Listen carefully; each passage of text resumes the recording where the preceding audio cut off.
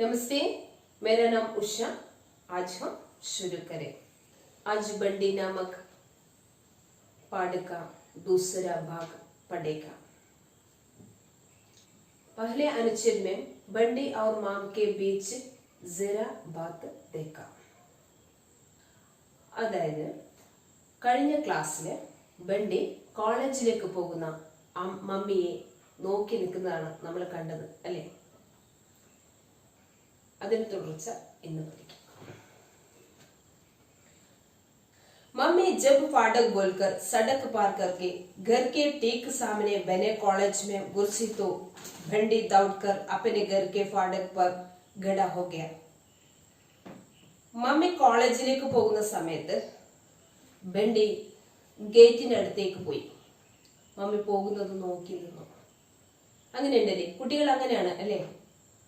Mummy കോളേജിലേക്ക് പോകുമ്പോൾ അല്ലെങ്കിൽ ജോലിക്ക് പോകുമ്പോൾ മമ്മിയോ പപ്പയോ ഒക്കെ കോളേജിലേക്കോ ജോലിക്കോ ഒക്കെ പോകുമ്പോൾ കുട്ടികൾ പിറകെ പോവും. അവർ പോകുന്നിടം വരെ നോക്കി നിൽക്കും. നമ്മൾ കാണാറുണ്ട് അല്ലേ അങ്ങനെയൊക്കെ. അതുപോലെ തന്നെ നമ്മുടെ ബണ്ടിയുടെ മമ്മി പോകുമ്പോൾ ഗേറ്റിന്റെ അടുത്ത് ചെന്ന് മമ്മി പോകുന്നത് നോക്കി നിന്നു.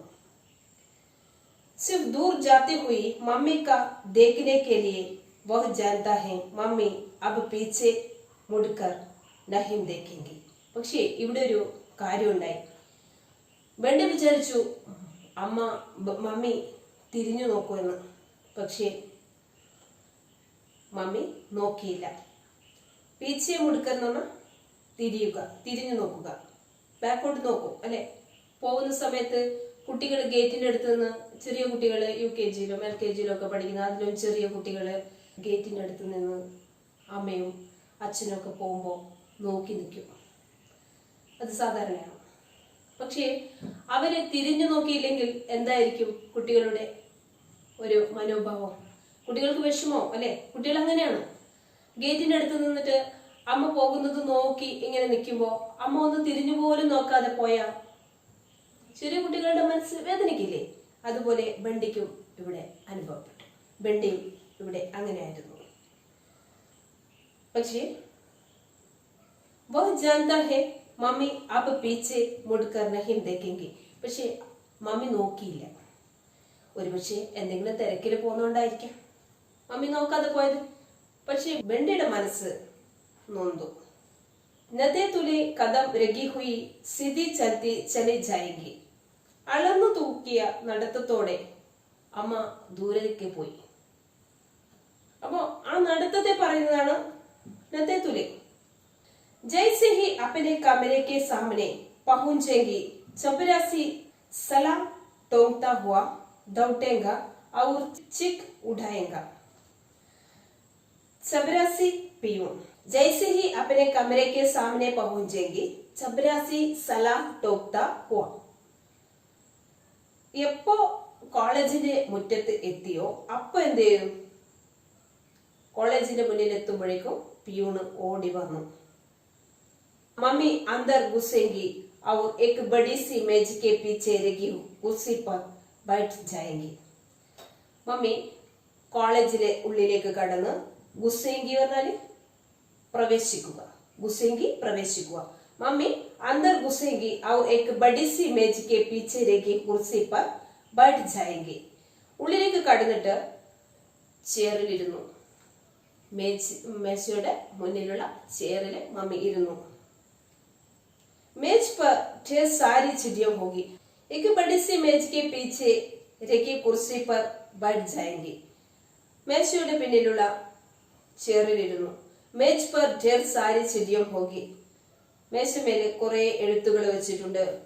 ഫയലും होगी. ഫയലും ഉണ്ടായിരിക്കും. അങ്ങനെയല്ലേ?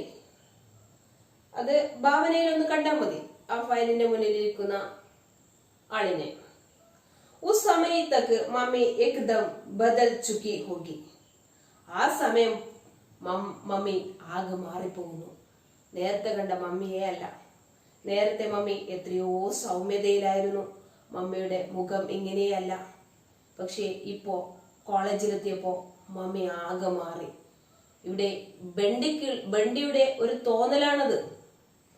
ഇവിടുത്തെ മറ്റൊരു പ്രത്യേകത എന്താന്ന് വെച്ചാൽ ഇവിടെ കഹാനിക്കാർ ഒഫീഷ്യൽ ലൈഫിലെത്തുന്ന ഒരാളും ഫാമിലി ലൈഫിലെത്തുന്ന ഒരാളും അതിന്റെ ഡിഫറൻസ് ഇവിടെ കഹാനിക്കാർ കാട്ടുന്നു എന്നുള്ളതാണ് മറ്റൊന്ന്.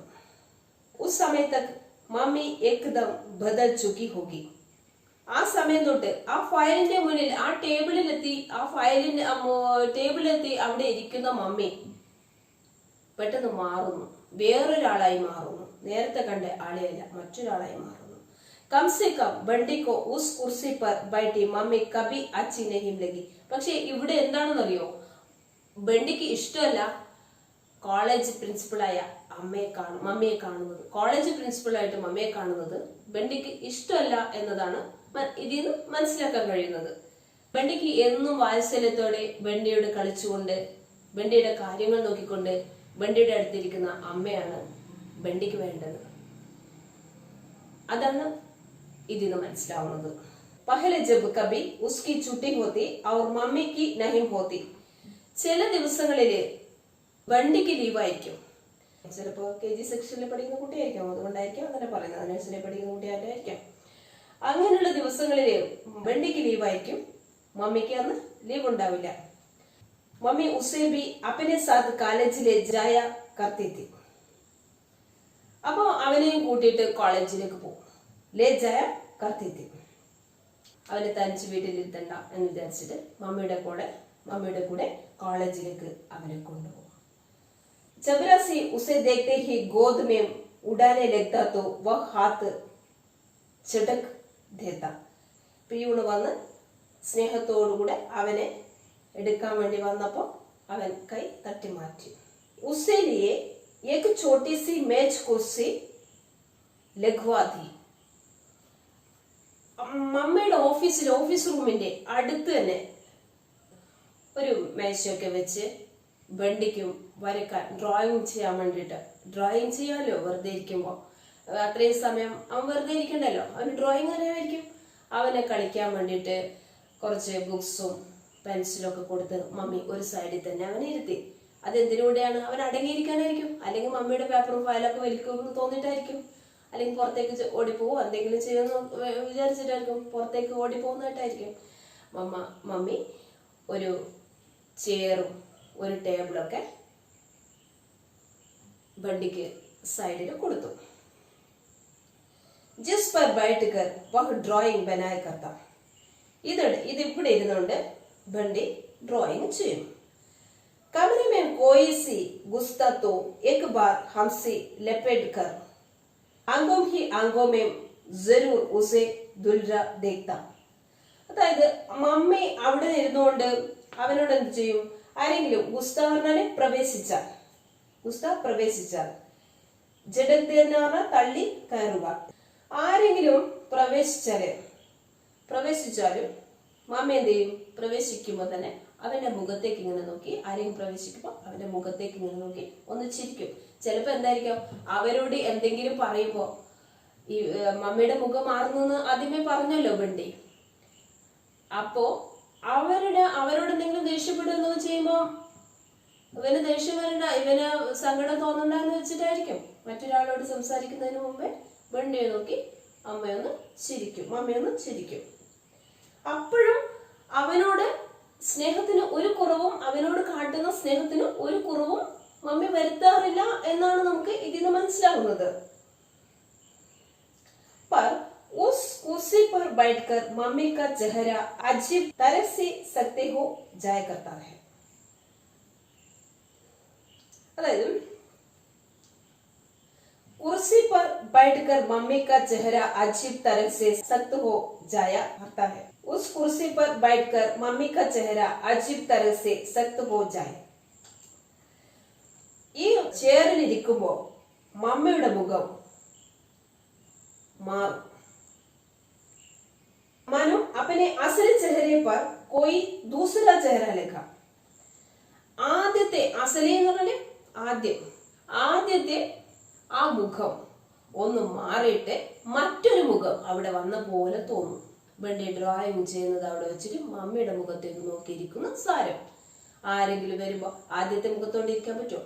ഓഫീസിലൊക്കെ ആവുമ്പോൾ ഓരോരോ ആളുകൾ വരുമ്പോൾ ഓരോ എന്തെങ്കിലുമൊക്കെ കാണുമ്പോൾ അതിനനുസരിച്ച് പെരുമാറണം വേണ്ടേ? എപ്പോഴും ചിരിച്ചുകൊണ്ടിരുന്നാലോ? അതേ എവിടെയും കാണിക്കുന്നുള്ളൂ. പക്ഷേ വെണ്ടിക്ക് എന്തോ അത് ഇഷ്ടമല്ല. എപ്പോഴും ചിരിച്ചുകൊണ്ടിരിക്കുന്ന, എപ്പോഴും കളിച്ചും ചിരിച്ചും ഇരിക്കുന്ന മമ്മിയാണ് വെണ്ടിക്ക് ഇഷ്ടം. एक और चेहरा है, चेहरा ही नहीं, आवाज भी कैसे सख्त हो जाती है. മുഖം മാത്രമല്ല മാറുന്നതായിട്ട് തോന്നുന്നു കേട്ടോ, സൗണ്ടും മാറുന്നു. അതുണ്ടാവുമല്ലോ, വാത്സല്യത്തോടെ പറയുന്ന സൗണ്ടും ദേഷ്യം വന്ന് പറയുന്ന സൗണ്ടും വ്യത്യാസമില്ലേ? ബണ്ടിക്ക് അത് കാണുമ്പോ, അത് കേൾക്കുമ്പോ ബണ്ടിക്ക് തോന്നുന്നു ഇതെല്ലാം കൊണ്ടും മാറിപ്പോയി. एक और चेहरा है, चेहरा ही नहीं, आवाज भी कैसे सख्त हो जाती है, बोलती है तो लगता है. അവൻ ആശ്ചര്യത്തോടെ പറയാണ്, മുഖം മാത്രമല്ല മാറിയത്, മമ്മിയുടെ സൗണ്ട് മാറിയിട്ടുണ്ട്. സംസാരിക്കുമ്പോൾ ആദ്യം സംസാരിക്കുന്നത് പോലെയല്ല, മുഖവും സൗണ്ടും ഒക്കെ മാറി മമ്മി ഏതോ ഭീകര ജീവിയാവുന്നത് പോലെ ബണ്ടിക്ക് തോന്നുന്നു. जैसे डांट रही हो, बंडी को मम्मी बहुत ही कम डांटती है. ബണ്ടിയുടെ മമ്മി എപ്പോഴൊന്നും വഴക്കാളിയല്ല, വളരെ കുറച്ചു മാത്രമേ അവനെ വഴക്ക് പറയാറുള്ളൂ. എന്നും അവനോട് സ്നേഹത്തോടെ ആയിരിക്കാം പെരുമാറുന്നത്. അതുകൊണ്ടാണ് പറയുന്നത് എന്റെ മമ്മി അധികമൊന്നും വഴക്ക് പറയാറില്ല. ബസ് പ്യാർ കർത്തി ഹെ, കൂടുതലായിട്ടും അവനോട് സ്നേഹമാണ് കാട്ടിയിട്ടുള്ളത്. വഴക്ക് പറയുന്നത് അവൻ കുറച്ചേ കേൾക്കാറുള്ളൂ വീട്ടിൽ നിന്ന്. इसलिए योम सख्त चेहरा डांटती. प्रिंसिपल की कुर्सी पर बैठी मम्मी उसे कभी अच्छी नहीं लगती. പക്ഷേ പ്രിൻസിപ്പളിന്റെ ചെയറിൽ അങ്ങോട്ട് ഇരിക്കുമ്പോ മമ്മി അങ്ങനെയൊന്നും അല്ല. മമ്മിക്ക് വഴക്ക് പറയാനേ സമയം ഉണ്ടാവുന്നുള്ളൂ. ആ ഒരു രീതിയിലായിരുന്നു മമ്മിയുടെ മാറ്റം. വഹം ഉസേ our mummy Ki beach may ബഹുത് sari ചീസോം ആ ജാതി ഹൈ. അവിടെ അവന്റെയും മമ്മിക്കും ഇടയിൽ ഒരുപാട് പ്രശ്നങ്ങൾ ഉണ്ടാകുന്നുണ്ട്. ഈ പ്രശ്നങ്ങൾ എന്താന്ന് നമുക്കിത് വായിക്കുമ്പോൾ മനസ്സിലാവും അല്ലെ? അവന്റെ പ്രശ്നം എന്താ? അവന്റെ മമ്മി എപ്പോഴും അവന്റെ കൂടെ വേണം, സ്നേഹത്തോടെ വേണം. ദേഷ്യമുള്ള മുഖമൊന്നും മമ്മിക്ക് ഉണ്ടാകാൻ പാടില്ല. എപ്പോഴും മമ്മി നല്ല ചിരിക്കുന്ന മമ്മിയായിരിക്കണം. മമ്മിക്ക് ബീച്ച് में बहुत सारी चीजों आ जाती है. मम्मी का निकली चेहरा, कॉलेज की बड़ी सी बिल्डिंग, कॉलेज की ढेर सारी लड़कियां, कॉलेज के ढेर सारे काम, बजाने वाले घंटा बजाने पर होने वाली हलचल. അതായത് കോളേജിൽ എത്തിക്കഴിഞ്ഞാല് മമ്മി മാറുന്നു മാത്രമല്ല, അവിടെ എത്തിക്കഴിഞ്ഞാൽ കോളേജിന്റെ ഒരു അന്തരീക്ഷം അവനൊട്ടും പിടിക്കുന്നില്ല, അവനൊട്ടും ഇഷ്ടപ്പെടുന്നില്ല. കാരണം അവിടെ എത്തുമ്പോൾ വീടിന്റെ ഒരു അന്തരീക്ഷമേ അല്ല.